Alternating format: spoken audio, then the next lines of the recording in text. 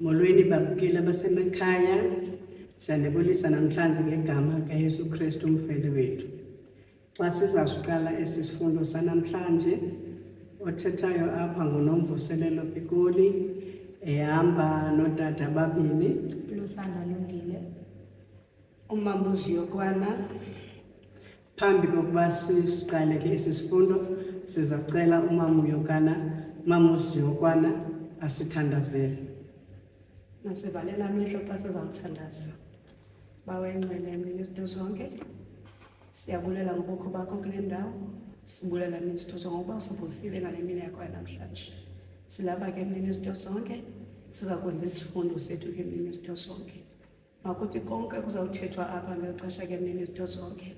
Kubekwe nguwe ke emini izinto zonke. Hlala encamile zolwimi lethu emini izinto zonke. Usincede bathi nabantu abamameleyo ngeli xesha ke emini izinto zonke. Bakwazi ubukhulu bakho, bakuthande, bakwenze, bakukhonze ngenene nangenyaniso. Ndiyathandaza ngelihle igama lenkosi yethu Yesu Kristu. Amen. Amen. Isifundo sethu sisifundo sesithathu esithi ukulungiselela ngethemba. Sinendima yenkumbulo ke efunyanwa kuHosea chapter 6 verse 1. Esamcela umama uSiyokwana sifundele ngesiXhosa. Izani sibuyele kuYehova kuba eqwengile. Wosiphilisa. Uxabene wosibopha. Amen. Amen. Xa sisiva apho uYesu uyasibiza uthi masibuyele kuye. Uyakusixabela uYesu xa sithe senza izinto ezinxamnye naye. uYesu uyakwazi ukusibonisa ukuba unguThixo. Kodwa unguThixo onethando kodwa uthi masibuyele kuye. Xa sithe saphambuka endleleni masibuyele kuYehova. Sinelo themba ke lokuba xa sibuyele kuye yena wosiphilisa. Kukhona ke amazwi enkuthalo esiwafumana kwi-Early Writings page 74. Sizacela khona uSister Lungile asifundele. Early Writings, page 74, ufundeka ngohlobo ngesingesi. In the gathering, when God has set his hand to gather his people, efforts to spread the truth will have their designed effect. All should be united and zealous in the work. Amen. Amen. uThixo ke ufuna xa sithe sahlangana sifuna ukwenza umsebenzi wakhe. Sibe nobunye kwenzela uba umsebenzi wakhe ukwazi ukuphumelela. Xa senza izinto simqhelomnye, umsebenzi kaThixo uyahamba. Amen. Xa sizawuphatha isifundo sethu sosuku lokuqala phantsi kwengongoma ethi ukulahlekisa ngenzondelelo. Sister Lungile khasifundele umbuzo wokuqala. Umbuzo wethu wokuqala uthi ukuba izenzo zethu zinqatsha uThixo, impumelo zaloo nto zithini? Hosea 5 verse 4 to 7 no-Isaiah 1 verse 11 and 15. Ivesi yethu esifumana kwi-Isaiah kuHosea 5 verse 4 to 7. Ithi izenzo zabo azivumi ukuba babuyele kuThixo wabo, kuba umoya wabo wobuyenyu ukubo abamazi uYehova. Okay. Amen. Iqhayiya likaSirayeli liyangqina ebusweni babo. Bakhubeka noSirayeli noEfrayemi ngobugwenxa babo. Wokhubeka nabo kwanoYuda. Baya kumfuna uYehova benempahla yabo ekutshane neenkomo zabo bangamfumani. Urhoxile kubo. Okay, Nkosi sister. Mama Lungile, Sister Lungile kuzawuthini ke xa siphendula lo mbuzo?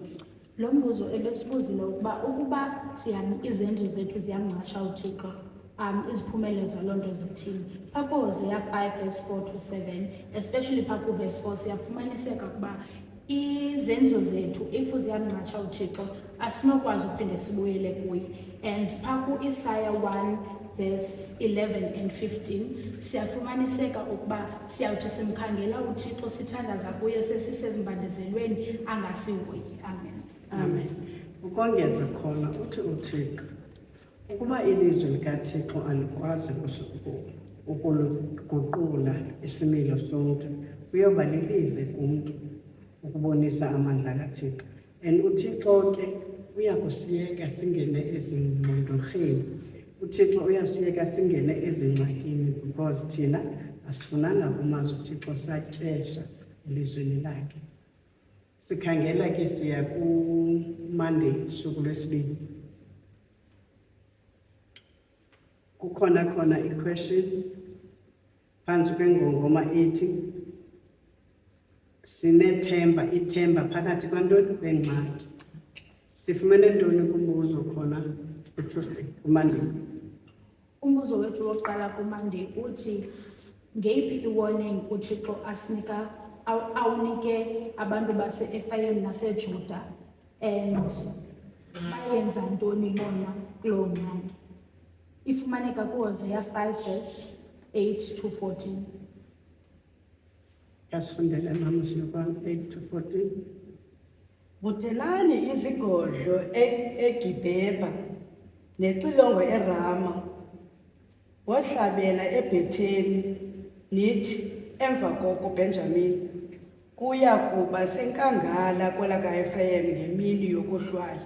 Ezizweni zakwaSirayeli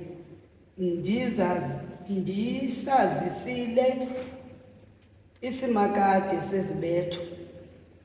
Abathetheli bakwaYuda besuka kubaba njengabashenxisa bomda. Ngoko ke ndolapha phezu kwabo ubushushu bam njengamanzi. U-Efrayim uyacudiswa, uyavikiveka ngumgwebo kuba usuke wavuma ukulandela umthetho wabo.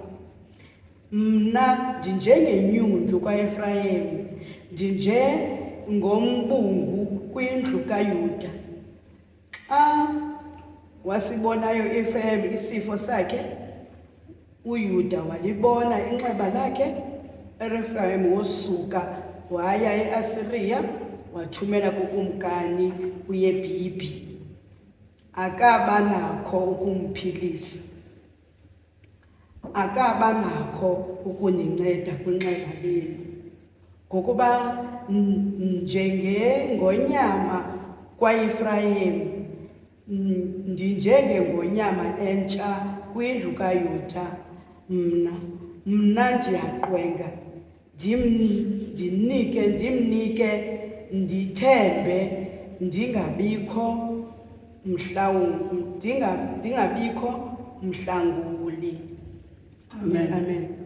Xa sijonga ezi zibhalo sizinikiweyo, kunento ingxaki ekhoyo apha. Le ngxaki ikumzi wakabantu baka-Efrayim.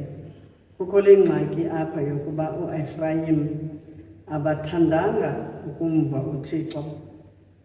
Ingqondo kaThixo iyakuma, ingxaki esinayo leyo. Xa sithi singaliva, singazenzi izinto uThixo afuna sizenze, uThixo uyawuhlisa ingqondo yakhe. Wayihlisa kumzi wakwa-Efrayim kwakunye nakwabantu Umzi kwaYuda wayihlisa kumzi wakaEfrayim nakumzi wakwaYuda. Abazathina na Sister Lungile. Mna bendifuna ungena kumbuzo wesibini. Umbuzo wethu wesibini ebesithi ngeyure yengxaki uThixo wasinika amazwi ethemba athini, and la mazwi singawa-aplaya njani ebomini bethu nathi ngoku. Ivesi yethu ifumaneka kuHosea 5:15 noHosea 6:1-2. Ndingangena ke ngoku banana sizame ukuphendula phaa. Kuthiwa ke ngoku into efuneke siyenze kuthiwa xa sibuyele kuYehova, itsho ivesi yethu Isaiah 6:1-2. Uthi xa sibuyele kuYehova wothini? Wosiphilisa, wosibopha la manxeba wethu sinawo. Kodwa ithi ukuba asizimisele ukubanana sibuyele kuye, kuthiwa ngoku into ayenzayo uThixo kuthi uza kumka kuthi, asuke kuthi. Siza kumfuna uThixo ngexesha elifanelekileyo, kodwa ngela xesha sabe simfuna ngalo sizabe sisezintweni, sisezimbandezelweni. So ke ngoku imbandezelo ke ngozizo ezizawuthini ezawusibuyisela kuThixo. Ngoku ke ngoku yiyo laa nto leyo ibangela uba ke ngoku sithi uThixo asicengayo ukubana nangoku kuselixesha elifanelekileyo masithini masibuyele kuye senze intoni imithetho yakhe kuba kukho ixesha azawusishiya simfune sesixakekile sesingesenawukwazi ukuthini ukumfumana. Amen. Amen. Uthini uqonda the first line zikaqonda? Uqonda anda umbuzo wethu wesibini ufumaneka ku Testimonies for the Church volume 9 page 105 and 106. Uthi phana, I appeal to our brethren to wake up. The spiritual faculties will grow weak and die if they are not exercised in winning souls to Christ. What excuse can be offered for the neglect of the great, grand work that Christ gave his life to accomplish? Amen. Amen. Kukhona ke ingxaki enkulu yokuba abantu bangasiboni isidingo sokufuna imiphefumlo ezawusindiswa. Uthi uThixo ke xa ethetha nathi yingxaki enkulu le efuneke siyazi ukuthi ebomini bethu sifuneke sifune abantu abazawuyamkela inkosi njengomsindisi wayo, abazawukwazi ukuthi xa lephuma kwiinkxwaleko zeli lizwe babuyele kuThixo, uThixo abamkele. Uthi masibuyeleni kuye, yena uyawusiphilisa. Sinengxwelerha ngenxa yesono kodwa uYesu uyasibiza, usibizela kuye. Nathi funeke sithi xa sizijonga sithi sanele ngoku noko siyazibona ubuze bethu sihambe sibuyele kuYesu. Amen. Sikhangela ke olwesithathu usuku elithi sisixabiso santoni sesithembiso. Ntoni le isisixabiso sesithembiso kuthi ne? Masikhangele ke umbuzo wokuqala uthini. Umbuzo wethu wokuqala uthi uThixo uthembise ntoni inkonzo yakhe ngeentsuku zokugqibela, and eso sithembiso sidingeka ngokuba ivesi yethu ifumaneka kuHosea 6 verse 3.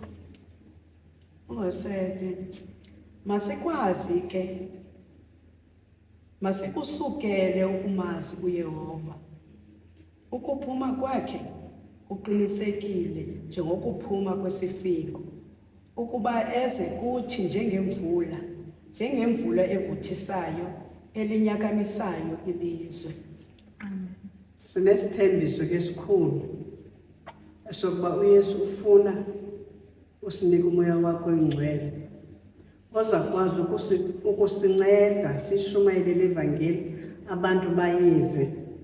Lo moya oyingcwele ke usisithembiso kubantu abenza intando kaThixo ngeli xesha lokugqibela. So kufanelekile ukuthi ngenkolo yothando sibabize abantu baze enkosini kwenzela uba basindiswe. Kuzawuthini wena Sister Lungile? Mna ndiyavumelana nawe mama, but eyona ndawo ndiyithandileyo apha kulesibini ipha kupart umbuzo wethu ebesithi yintoni esibangela uba singazifumani ezi ntsikelelo ngokupheleleyo, and ivesi yethu ibifumaneka kuHosea 6 verse 4 to 6. Ndithande uverse 6 isikakhulu enzamfunda ngesiNgesi ndiphinde ndimcacise ngesiXhosa. Uthi ngesiNgesi, for I desire faithful love and not sacrifice, the knowledge of God rather than burnt offering. Le nto iyasibonisa uba thina most of the time sicinga through uofarisha apha enkonzweni unokunikela, that is enough, but uThixo ufuna uthando lwenene kuthi and ufuna simazi yena kunoba sizise ii-offerings, senze ii-grand gestures instead of fixing inhliziyo zethu. Siqiqe sijonge kuye, simthande ngokwenene nangokwenyaniso, simazi nangokwenene. Amen. Amen. Ufuna ukongeza namseko? Segqibile kulaa nto yobanana uThixo udikiwe yiminikelo engenangqiqo, kuba kaloku uThixo yena usibekele umthetho wakhe. uThixo usibekele zonke izinto ekufanele ukuba siyazenza. Thina kuthiwa siyazishiya zonke izinto uThixo azibone ukuba masizenze, senze oku kokwethu. Apha yiyo laa nto leyo athi kufuneke sithini siqiniseke into yobanana uThixo utheni siyamkhonza ngenene nangenyaniso imihla ngemihla sikwenze konke uthanda kaThixo kuba kaloku yena uThixo apha yena ilizwi lakhe liyinyaniso futhi uthi ngalo lonke ixesha uyanonelela. Masifuneke sinonelele singakephinge sidlisele ngokubanana uThixo sizawumenzela amadini udikiwe ngamadini kuba kaloku iintliziyo zethu azikho kula madini, senza nje amadini kodwa iintliziyo zethu nomoya wethu nokumkhonza nokumhlonela kukude le kuye. Yiyo laa nto leyo atshoyo athi masiqale ngokujonga tanci intoni ukubanana ubukumkani bamazulu buthini bufuna ntoni nakuthi. Amen. Amen. Xa sigqibezela ke lena ithi asikwazi usifumanisa isithembiso somoya ongcwele xa singayenzi intando kaThixo. uYesu ufuna simazi ngokwenza ilizwi lakhe. Akakwazi ke ukuthi siyamazi uThixo sibe singayithobeli imithetho yakhe. Uthe xa ethetha nathi kuJohane 17:3 wathi nabu ubomi obungaphakade ukuba masimazi yena Thixo oyinyaniso kwakunye noYesu Kristu. Amen. Amen. Sikhangela ke sihambela ngaphambili siya kusuku ulandelayo elithetha ngonqulo olonakeleyo. Funeke sibonise uba kukhona unqulo lwenene lukhona unqulo olonakeleyo. Khasifundele ke i-question yokuqala. Umbuzo wethu wokuqala uyabuza uba i-instability yabantu bakaThixo ivezwa njani. Ivesi yethu ifumaneka kuHosea 7:2 no7:7 to 11 no7:15. Khasifundele ke u7:2 mama uziyokwana. abatsho enhliziyweni yabo ukuthi ndabukhumbula bonke ububi babo, ngoko bazingqombela iintlonti zabo zabakho phambi kobuso babo. uYesu uyamyekela umuntu acinge uqhatha uYesu kanti nguye lo siqhathayo. uYesu uyazazi zonke into esizenzayo, noba thina sizawuma sibe phambi kwabantu sizenza ingathi sinelizwi likaThixo, kodwa uThixo uyabona phakathi enhliziyweni uba ayiyo le nto siyenzayo. That's why ethetha la mazwi kaHosea 7:2.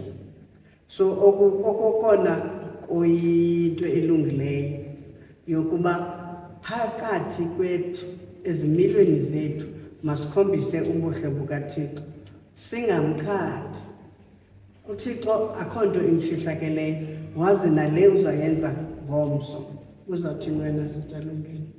Hayi mama, uyigqibe yonke nayo into yoeda. Hayi, uyigqibile nyhani ukuba uThixo uthi ubuso bethu mabujonge kubani kuye, uthi neentlonti zethu.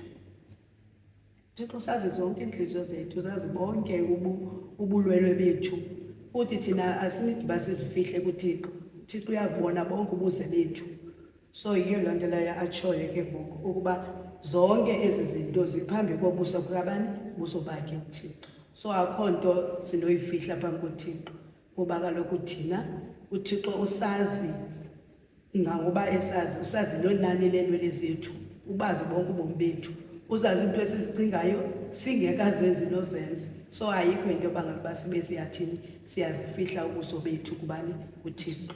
So uThixo ke ngofuna sizinikele ngenene nangenyaniso, simkhonze, sithathe iintliziyo zethu sithini sizenze zibe nyulu phantsi kwelizwi lomthetho wakhe.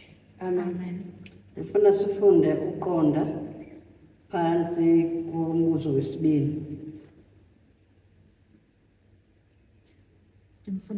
Ndifunde uqonda the first part. Yes. Uqonda ngesiNgesi ufundeka ngolu hlobo. They are professedly pious men who screen the sinner by their own transgression. They disregard the commandments of God, choosing the traditions of men, making void the law of God, and promoting apostasy. The excuses they make are feeble and weak, and will bring destruction to their own souls and the souls of others. Amen. Aba bantu ke benza olunqulo lobuhananisi. Uyababona bezimisa okwabantu abalungileyo. Uthi xa bebona abantu besenza ububi, babangxolele, bababone eyonto yanto, kanti uThixo uthi masibasondeze kubo.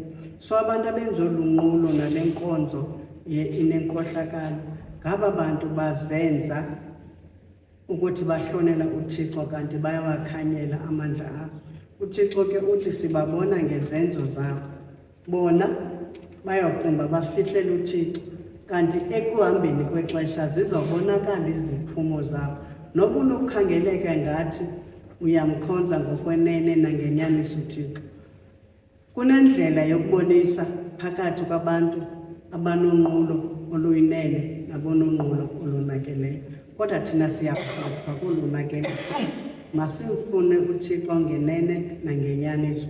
Kuthiwa bonke ke abanolunqulo lunene nangenyaniso bakumkhonza uThixo ngokomoya. Amen. Amen. Sikhangela ke olokugqibela usuku olunengongoma ethi amaxesha obunzima. Amaxesha obunjani? Obunzima. Sikhangela khona ke Lusanda kwa unosinika question number 1. Question A, umbuzo ufundeka ngohlobo. Ngeziphi imfundiso ezifundiswayo ngeprinciple yokusowa and ukuripha? Ivesi yethu ifumaneka kuHosea 8 verse 7 noGalatians 6 verse 7 and 8. Ndithanda uGalatians 6 verse 7 and 8. Kamfunde Galatians 6 verse 7 and 8. Apho sizobona khona ukuthi uThixo uthini. Xa sifunda nangesingesi uyamfumana. Galatians 6 verse 7 and 8.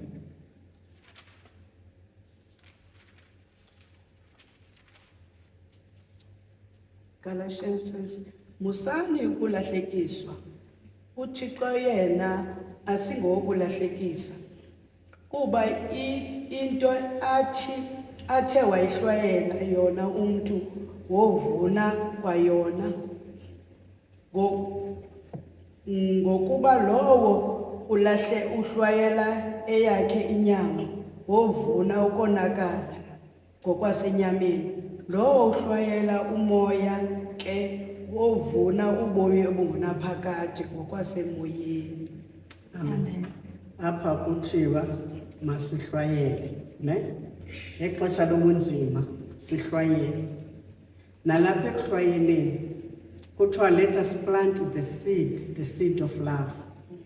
Xa sihlwayela singahlwayeli okwenyama kuba savuma konto okwenyama. Kodwa xa sihlwayela okomoya sizavuna okomoya. Zikhona ke iziqhamo ezixelwe kumaGalati ezifumanekayo ngokomoya. Xa sithi sihlwayele uthando, sihlwayele imfundiso eziyinene ezifunwa nguThixo. Sihlwayele ububele, sihlwayele uxolo.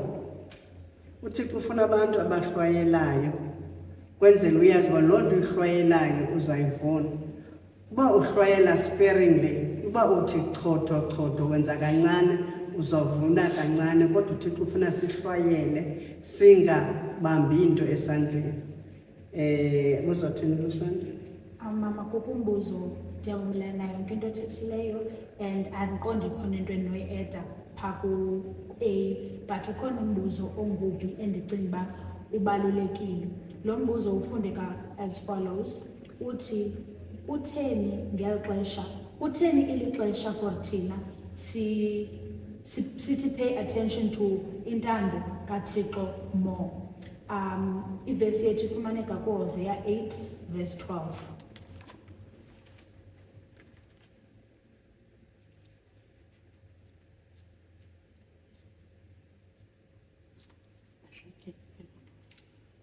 Ndingamfunda ngesingesi. kuHosea 8 verse 12 nge-English uthi, though I were to write out for him 10,000 points of my instruction, they would be regarded as something strange. Amen. And then uqonda wethu pha Christ Objects lesson page 306 ufunde ngolu hlobo. Shall the warnings of God be passed by unheeded? Shall the opportunities for service be unimproved? Shall the world scorn the pride of reason, conformity to human customs and traditions, hold the professed followers of Christ from service to him? Will they reject God's word as the Jewish leaders rejected Christ? The result of Israel's sins is before us. Will the church of today take warning? Amen. Amen. Into endiyibonayo apha umbuzo besithi bana kutheni funeke sipay closer attention to intando kaThixo, and apha siyabonakala siyafumaniseka ukuba kudala simane sinikwa i-warnings, kudala simane sinikwa ne-opportunities to do i-service kaNkulunkulu, but are we taking this? Are we trying to improve on this? So ndiyithandele kakhulu lo part and bendifuna nje uyiveza kakhulu. Amen. Amen. Xa sibona ke apha kwesi sifundo sokulungiselela ngethemba, sibonile ingxaki kaEfrayim. uThixo uyakushiya xa ungafuni ukwenza intando yakho. uThixo xa ufuna ugqoduza kuThixo uyakuyeka uThixo uhambe, akulindele xa uthe wabethakala ubuyele kuye. Kodwa xa ungabuyelana kuye udibana nentshabalalo. Kodwa thina bantu bafuna ubuyela kuThixo. Likhona ilizwi lakhe elisiguqulayo ezimpilweni zethu. Asiguqulwa kuba silandele iintsomi zabantu, kodwa siguqulwa kuba sifunde ilizwi likaThixo, samamkela uYesu. Xa sithe masamamkela uYesu, uYesu uthe uzawusiphilisa. Siphile enyameni, siphile emoyeni, siphile nasengqondweni. Namhlanje ke kwesi sifundo sale veki esiyifunemene ngamandla ukuthi masibe nenkolo eyiyo. Le nkolo siyinikwayo ke inkolo yokuba sibabizele abantu elusindisweni. uYesu ufuna sonke sisindiswe, akafuni siphelele entshabalaleni. Uthi uyasixabela, kodwa xa sithe sabuyela kuye ngosiphilisa. Nathi ke kwesi sifundo sizuze into yokuba when uzinikela ngokwenene nangenyaniso kuThixo, uThixo woba kuwe ngonaphakade. Ithe ke xa sifunda uqonda safumana amazwi empiliso, kodwa yena nto sifuneka siyijongile ukuba likhona ithemba. Noba uxabeleke kanjani, buyela kuThixo ongumdali, uyakuphilisa. Ikhona into esifuna uyongeza phambi sisivalisa namhlanje. Mama ayikho. Enkosi kakhulu ngokuba nisimamele. uThixo uxolo anisikelele kwindawo enikuzo, nengamlibali uThixo ongumdali wethu. Amen. Amen. Ngelithuba ke sizawuthandaza, sicela uSister Lusanda sithandazele. Bezawucela sithobe iintloko zethu ngomthandazo. Bawethu sizele uThixo namandla onke Nkosi, sibulela Nkosi ukuthi uyiwa nathi, sibulela Nkosi ukuba sikwazi ukudibana sifunde ke imesi elungileyo ilizwi lakho. Ke Nkosi amazwi siwafunde apha ke Nkosi angahlala ezinhliziyweni zethu, kodwa ke Nkosi anganele kuhlala siwasebenzise Nkosi practically in our lives. Nkosi ungasigcina sonke bawo wam kuba sithembele kuwe elinye ithemba singenalo, singacingi xa sisezingxakini zodwa ke qha ke Nkosi yam, kodwa size kuwe ke imesi elungileyo ngamaxesha onke, ngokude kube ngunaphakade. Amen. Amen.